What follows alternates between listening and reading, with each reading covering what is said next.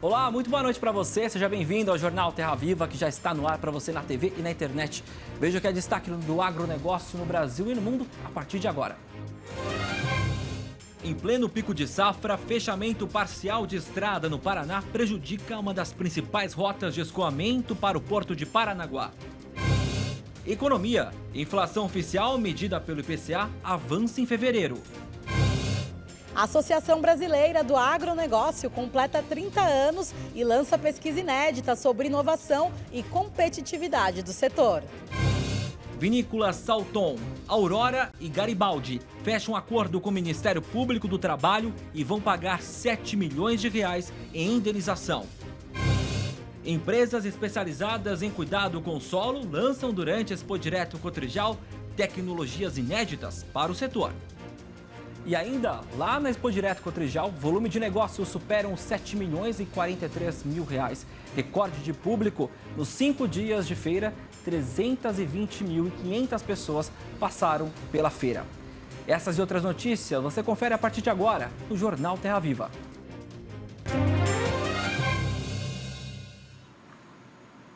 A Associação Brasileira do Agronegócio, a ABAG, completou 30 anos nesta sexta-feira e lançou uma pesquisa inédita sobre a inovação e competitividade do setor. A instituição, que contempla todo o setor produtivo, celebra 3 décadas de trabalho em prol do desenvolvimento sustentável. A ABAG, Associação Brasileira do Agronegócio, segue atuante com um olhar para o futuro.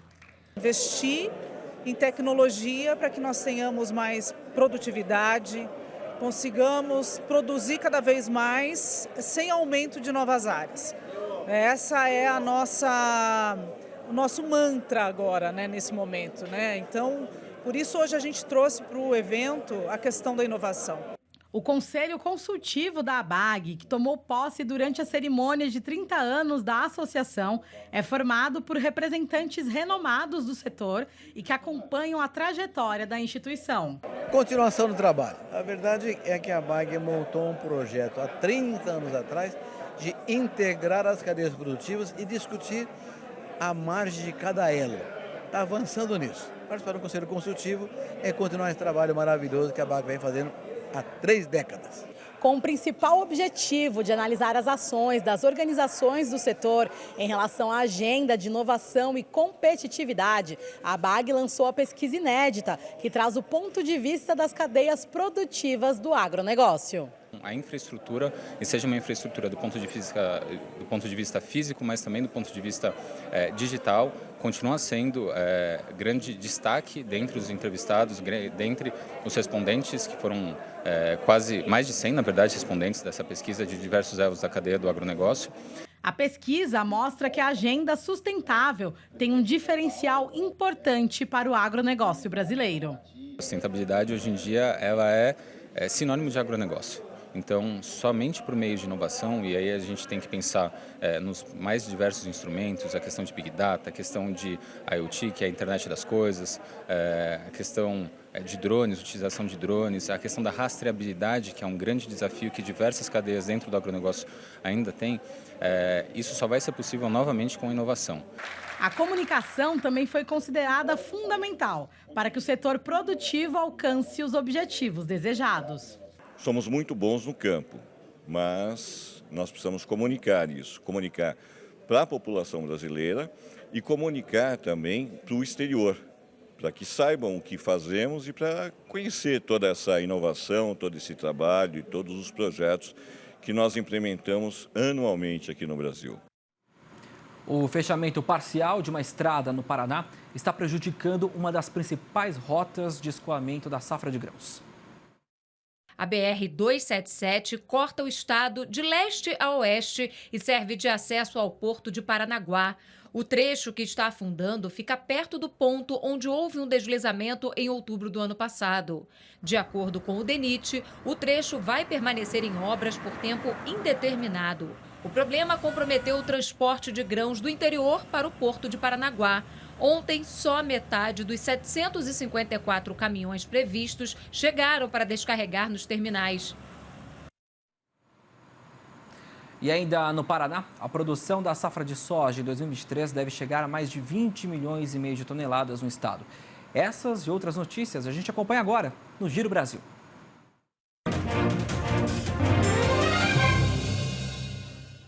Para atender o maior número de municípios do estado, a Secretaria de Agricultura ampliou as ações previstas nos convênios assinados com as prefeituras dentro do programa Agro Mais Seguro. A mudança visa melhorar o monitoramento e a segurança nas áreas rurais paulistas. A partir de agora, o programa contempla prefeituras de municípios que não contam com guarda municipal ou operação delegada da Polícia Militar. Requisitos exigidos anteriormente para fazer parte do programa. A resolução estende o uso dos veículos ao permitir que servidores municipais habilitados utilizem os equipamentos de monitoramento e prevenção de riscos de queimadas nas áreas rurais. No estado do Paraná, a produção de soja deve atingir 20,8 milhões de toneladas em uma área de 5,7 milhões de hectares nesta primeira safra 2022-2023. Essas expectativas representam um aumento de 70% no volume de produção, comparado ao ciclo anterior, quando foram produzidas 12,3 milhões de toneladas. O volume, se for confirmado, será o maior da história estadual.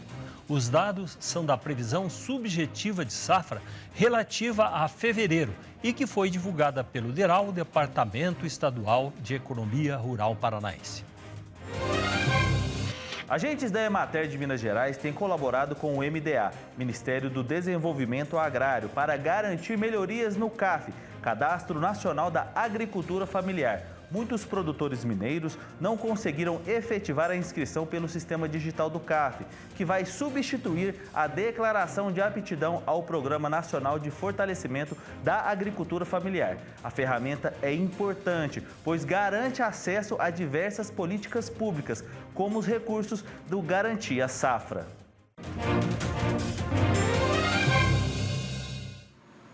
E olha, a Expo Direto Cotrijal divulgou agora há pouco um balanço da feira. O número de público cresceu 22% em relação ao ano passado, com aproximadamente 320 mil visitantes. Em relação a negócios, a feira fechou em mais de 7 milhões de reais. E empresas especializadas no cuidado com o solo lançaram durante a Expo Direto Cotrijal tecnologias inéditas, essenciais para a proteção e o bom desempenho de produtividade das culturas agrícolas.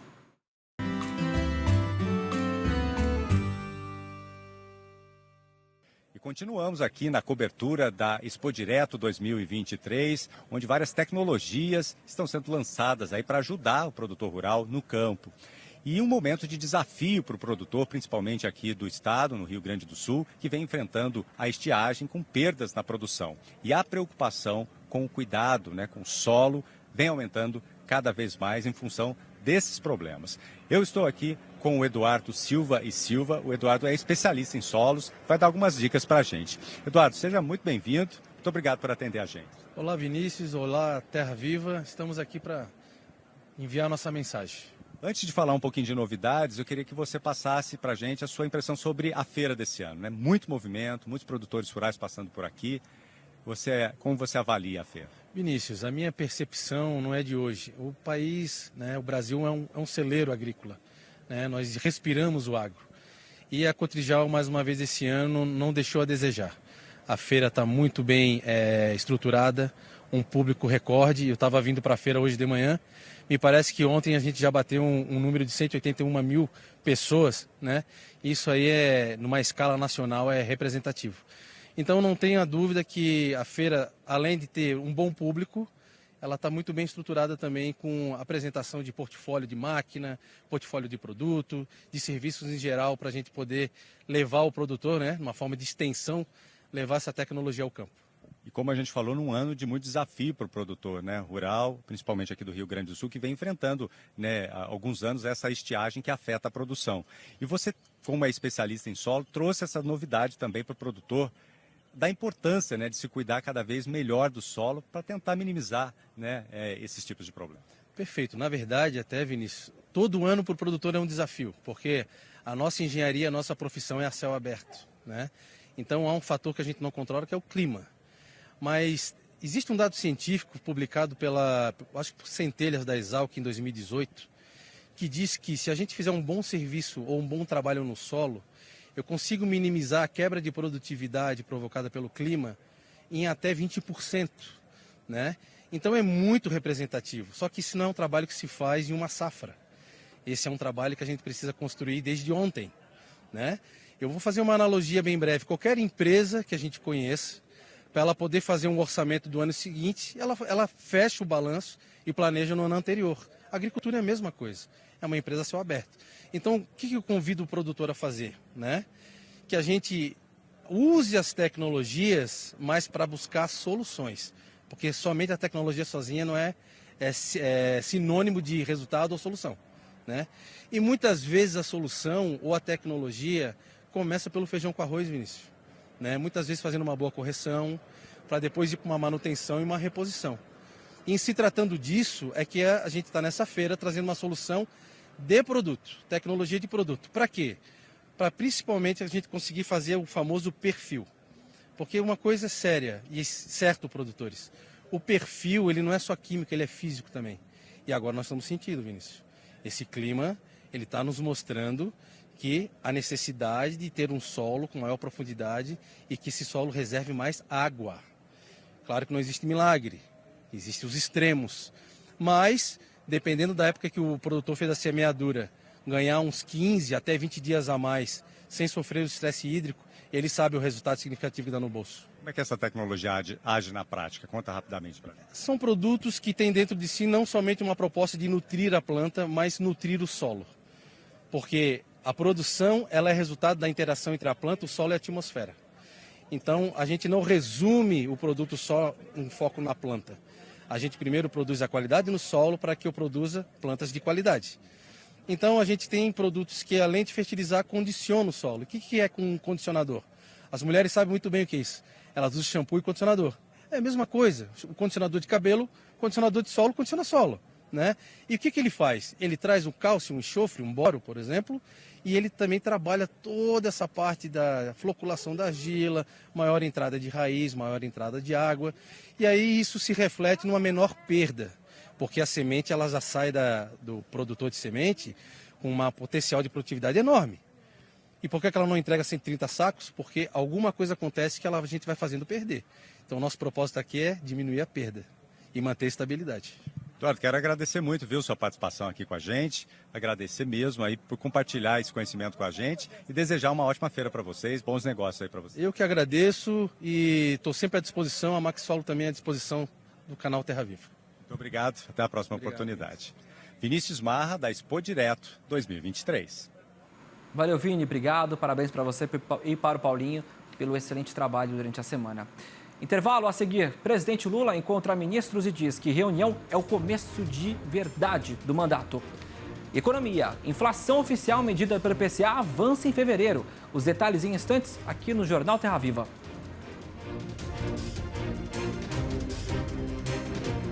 O deputado federal, tenente-coronel Zucco, protocolou o pedido de criação de uma CPI para investigar as invasões do movimento Sem Terra. O deputado destacou que é preciso investigar as invasões de propriedades pelo MST, que aumentou no governo Lula. O requerimento foi protocolado e, para começar a funcionar, o documento precisa reunir 171 assinaturas.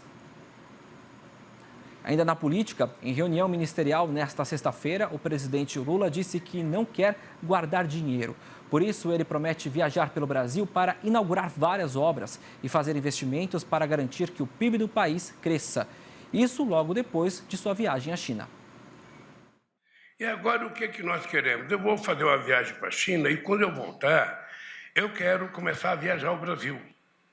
Quero viajar ao Brasil para a gente voltar a inaugurar casa, para a gente voltar a inaugurar escola, para a gente voltar a inaugurar creche, para a gente voltar a inaugurar estrada, para a gente voltar a inaugurar unidade, para inaugurar escola. Ou seja, nós temos que colocar esse país em funcionamento. E a gente não pode ter a ideia de que o PIB não vai crescer, porque alguém disse que o PIB não vai crescer. Nós vamos dizer que o PIB vai crescer porque nós vamos fazer o PIB crescer. Nós vamos dizer que o PIB vai crescer porque nós vamos gerar emprego. E vamos gerar emprego com as pequenas coisas. Nós vamos fazer, investimento. Depois nós vamos fazer outras reuniões. Eu quero saber o papel dos bancos públicos para alavancar o investimento nesse país, para pequenos e médios empreendedores, para cooperativas, para grandes empresários. Economia. A inflação oficial medida pelo IPCA avançou em fevereiro. O Índice Nacional de Preços ao Consumidor Amplo fechou o mês passado em 0,84% em janeiro. O indicador havia ficado em 0,53%. No ano, a inflação acumula alta de 1,37%.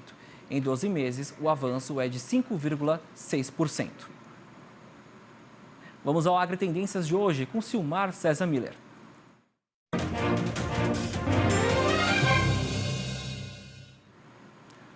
Silmar já está ao vivo aqui conosco. Olá, Silmar. Os alimentos contribuíram muito para essa alta na inflação? Boa noite.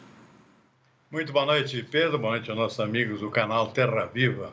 Olha, Pedro, a contribuição do agronegócio acaba sempre acontecendo, especialmente com produtos básicos, por exemplo, como frutas e hortigranjeiros, por conta de clima, né? Então, sempre o clima acaba atrapalhando realmente os índices de inflação, porque interfere muito nos preços desse tipo de alimentos, né? E não foi diferente nesse comportamento de fevereiro, com a inflação voltando a subir em relação a janeiro, e teve um setor aqui que influenciou mais nesse comportamento, que é o reajuste das mensalidades escolares. Realmente, isso aí em torno de mais de 10% de impacto nesses ajustes de mensalidades escolares. Foi o grande puxador desse crescimento da inflação no mês de fevereiro. Mas, claro, os alimentos também contribuíram e foram exatamente os mesmos de sempre aqui, os hortigranjeiros. Por exemplo, cenoura subiu 19,5%, mamão, fruta importante aqui com 12,3% de aumento, manga também 10,5%. E, no caso do hortigranjeiro, alface com alta de 8,4%. O leite longa-vida também voltou a contribuir para um crescimento do índice inflacionário com uma alta de 4,6%. Na contramão aqui, tivemos o setor de carnes com queda, isso é muito bom, uma boa notícia. Batata foi um grande vilão nos últimos meses, voltou a cair, 11,6%.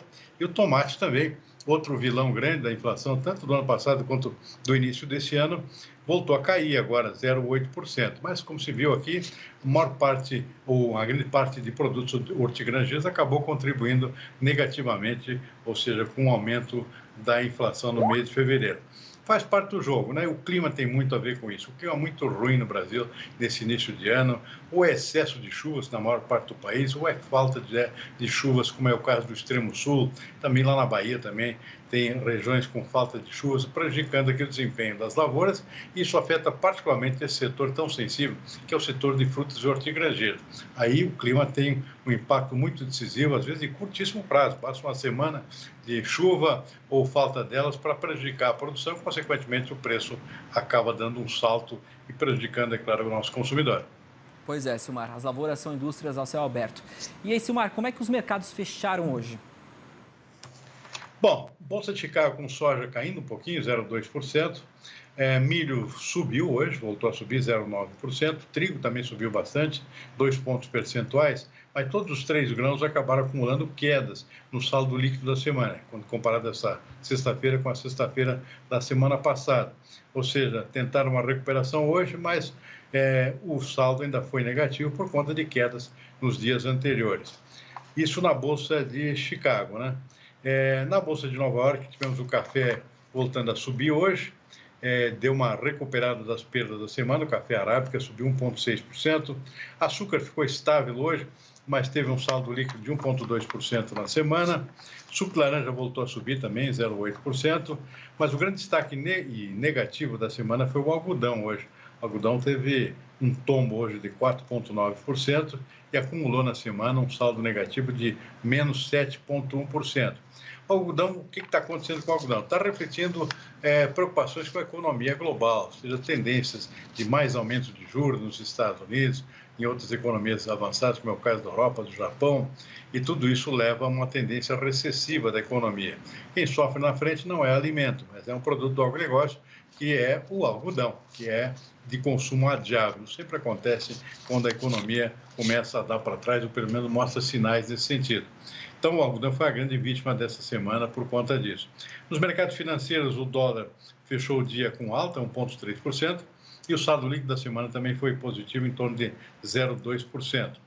Mercado de ações, o índice Bovespa fechando com queda, 1,4%. E, para terminar, aqui tivemos o petróleo voltando a subir nesta sexta-feira, 1,1%, mas o saldo da semana acabou ainda sendo negativo em 3,6%. Pedro. Silmar, muito obrigado pelas informações. Um bom fim de semana. Bom fim de semana, até segunda. Até segunda. Rápido intervalo, a seguir tem a previsão do tempo para todo o país. E ainda, vinícolas do Rio Grande do Sul terão de pagar 7 milhões de reais em indenização. Os detalhes daqui a pouco, aqui no Jornal Terra Viva. As vinícolas Salton, Aurora e Garibaldi fecharam acordo com o Ministério Público do Trabalho e vão pagar 7 milhões de reais em indenização, após o resgate de trabalhadores em situação análoga à escravidão. As empresas vão ter que pagar esses 7 milhões de reais por danos morais coletivos e também danos morais individuais. Nos termos da TAC, ainda estão previstas mais 21 ações em que as vinícolas vão ter que tomar por conta de aperfeiçoar o processo seletivo, das contratações, especialmente terceirizadas, como é o caso dos trabalhadores que estavam em situação análoga à escravidão em Bento Gonçalves, e aí, também ações que vão aperfeiçoar e também de fiscalização, porque, claro, eram terceirizados, mas vai caber também agora as empresas fiscalizar. São 21 ações do que fazer e o que não fazer para melhorar a situação e também ter essa indenização que vai ser paga por parte das empresas. Vamos saber agora como é que fica a previsão do tempo para todo o país neste fim de semana. Quem conta para a gente como fica o clima é a Luísa Cardoso. Através desse mapa de água disponível no solo, podemos observar baixa disponibilidade hídrica em todo o estado do Rio Grande do Sul. Inclusive, a Emater apontou 40% de redução na produção do milho no estado gaúcho. E amanhã a condição de tempo firme permanece sobre o Rio Grande do Sul e boa parte de Santa Catarina. A presença de um vórtice ciclônico de altos níveis vai trazer chuva forte para o litoral de São Paulo e também do Paraná. Vai chover de maneira intensa também na faixa oeste do estado de Mato Grosso, Rondônia, Amazonas e o Acre. Mesma condição de chuva persistente para o norte do Pará e o estado do Amapá. As regiões em verde claro no mapa devem ter temporais no final da tarde. Pela manhã o tempo vai ficar firme. E o tempo fica firme o dia inteiro também no Vale do Jequitinhonha e ao norte do estado baiano e interior do Piauí. Em relação às temperaturas, a máxima deve atingir 32 graus em Salvador e 33 em Porto Alegre. Nos próximos dias, os volumes de chuva mais expressivos vão ficar concentrados entre o sul de Minas e o estado paulista, chegando a 60 milímetros, e a zona de convergência intertropical continua atuando. Os maiores volumes ficam concentrados no norte do país. Maranhão deve receber 100 milímetros acumulados. Essa umidade vai beneficiar os cultivos em desenvolvimento. E no centro-oeste, a chuva entre 20 e 40 milímetros também beneficia os cultivos em desenvolvimento e pode interromper apenas no período da tarde o avanço na colheita do milho e da soja. Na próxima semana, a chuva se espalha pelo Brasil, atingindo inclusive regiões ao norte da Bahia, o que pode beneficiar o cultivo do algodão, que está precisando de umidade. Já em boa parte do centro-sul, o tempo volta a ficar mais firme. Hoje vamos encerrar essa nossa semana especial dedicada às mulheres. Ao longo dos últimos dias, você acompanhou aqui no Jornal Terra Viva entrevistas e reportagens especiais sobre as mulheres que fazem história no agronegócio nacional. Para finalizar essa semana, a gente conversa hoje com a pecuarista Carla de Freitas, que já está conectada com a gente. Carla, boa noite, seja bem-vinda ao nosso jornal. Muito boa noite, Pedro. Muito obrigado pelo convite, viu? A gente agradece, Carla. É sempre um prazer falar com você. Carla, conta pra gente um pouco sobre a sua história na pecuária, sua história como produtora. Pois é, Pedro, eu comecei desde 97 que eu comecei na pecuária, assim, realmente como gestora. Antes eu tinha pecuária, ia com meu pai, e desde 97 eu estou, né? Primeiramente eu comecei na pecuária, e depois de alguns anos eu passei a fazer a integração lavoura-pecuária. E hoje eu já estou com um filho, o Guilherme, né, me ajudando na gestão. Então já foi muitos anos dessa luta, né, que é muito boa da gente estar produzindo alimentos aqui no Brasil. Perfeito. A gente está acompanhando algumas imagens, né, que você enviou para a gente, que ajudam a ilustrar essa sua trajetória tão bonita na agropecuária. E como é que você vê hoje o mercado, né, o manejo do gado, que está cada vez mais dentro da questão do bem-estar animal, da segurança alimentar e, claro, né, tudo ligado à sustentabilidade? Eu acho assim que tanto a pecuária como a agricultura, e principalmente nessa integração, houve uma modificação na forma como que a gente trabalha dentro das propriedades rurais.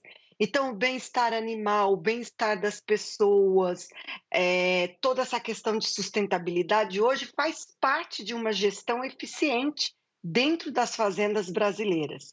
Então, isso eu acho que é uma evolução que o agronegócio brasileiro está passando, né? E que você vê pelos resultados que nós temos hoje, no que a gente está entregando, né, nas nossas safras. As fotos que eu mandei para você, a gente está fazendo plantio e colhendo, né, já a safra 22-23, e então você vê que nós temos hoje uma grande tecnologia dentro do campo e uma forma muito, muito consciente e responsável de gerir os negócios hoje no agro. Com certeza, a gente vê que é safra atrás de safra numa questão sustentável, se aumentar áreas. Isso é muito importante, sempre reforçar isso e, claro, nessa missão de dar segurança alimentar. Agora, nessa questão de gestão, de olhar para frente, como é que você avalia o atual momento da pecuária brasileira? Eu acho assim que a pecuária ela vai ter que acompanhar a agricultura, né? Ela está acompanhando. A agricultura teve um salto tecnológico muito grande, né, Pedro? E a pecuária, eu sinto que ela vem acompanhando. Nós estamos num momento de baixa do ciclo, né? Porque a pecuária ela é bem cíclica mesmo. Mas eu acredito que essa integração, essa modificação, esse olhar que o produtor rural está tendo, copiando a agricultura, vai fazer com que a pecuária tenha um salto e que entregue números tão importantes como a gente está conseguindo na agricultura. Com certeza, né? A gente vê exemplos de tecnologia, investimento em genética, tudo isso muito atrelado a essa questão de aumento de produtividade, junto com essa produção tão pujante, chamando a atenção até mesmo de mercados lá fora. Para a gente encerrar essa semana especial, Carla, em celebração ao Dia das Mulheres, deixa uma mensagem então para o público feminino do agronegócio que está acompanhando o JTV. Olha, eu acho que o agronegócio está abraçando os braços abertos e está abraçando todas as mulheres que agora começaram em números muito grandes a trabalhar dentro das propriedades rurais. Eu mesmo hoje estava fazendo um projeto dentro da minha fazenda de novos alojamentos, né? E eu quero alojamento especial para as mulheres, porque hoje nós estamos com um grande número de colaboradoras sendo mulheres. Então, eu acho que a gente precisa continuar insistindo. Hoje, o agronegócio ele não está tão duro. Eu acho que essa tecnologia faz com que qualquer mulher possa trabalhar dentro das fazendas. Da pecuária mesmo, lá na nossa fazenda, a gente tem rastreabilidade toda feita com bottom. Então, uma mulher pode operar dentro de um curral, que esses currais que a gente faz hoje é todo visando o bem-estar animal e das pessoas que trabalham. Então, eu acho o seguinte, vamos lá, meninas, vamos continuar a acreditar que o agronegócio está precisando da mão de obra feminina e que esse lugar é o nosso lugar. porque lugar de mulher é onde ela quer realmente estar. Então, essa é a minha mensagem, viu, Pedro? Perfeito. Obrigado pela mensagem. Agradeço novamente a sua participação aqui, Carla, sempre trazendo um depoimento enriquecedor. É sempre um prazer falar com você. Tenha uma ótima noite. Muito obrigada, Pedro. Até mais. Muito obrigada mesmo. Até mais. A gente agradece. Mudando de assunto, o navio da Guarda Costeira Americana, que combate pesca ilegal e outros crimes, está atracado lá no Rio de Janeiro.